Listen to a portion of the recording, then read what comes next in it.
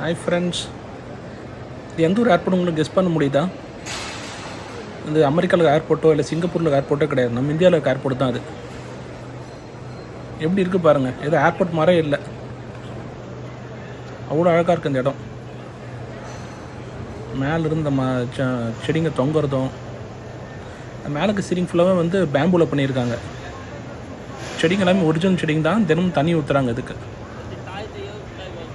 இது பெங்களூர் புதுசாக open கெம்பகோட airport. இது இன்ஃப்ராஸ்ட்ரக்சர்லாம் வேறு லெவலில் இருக்குது.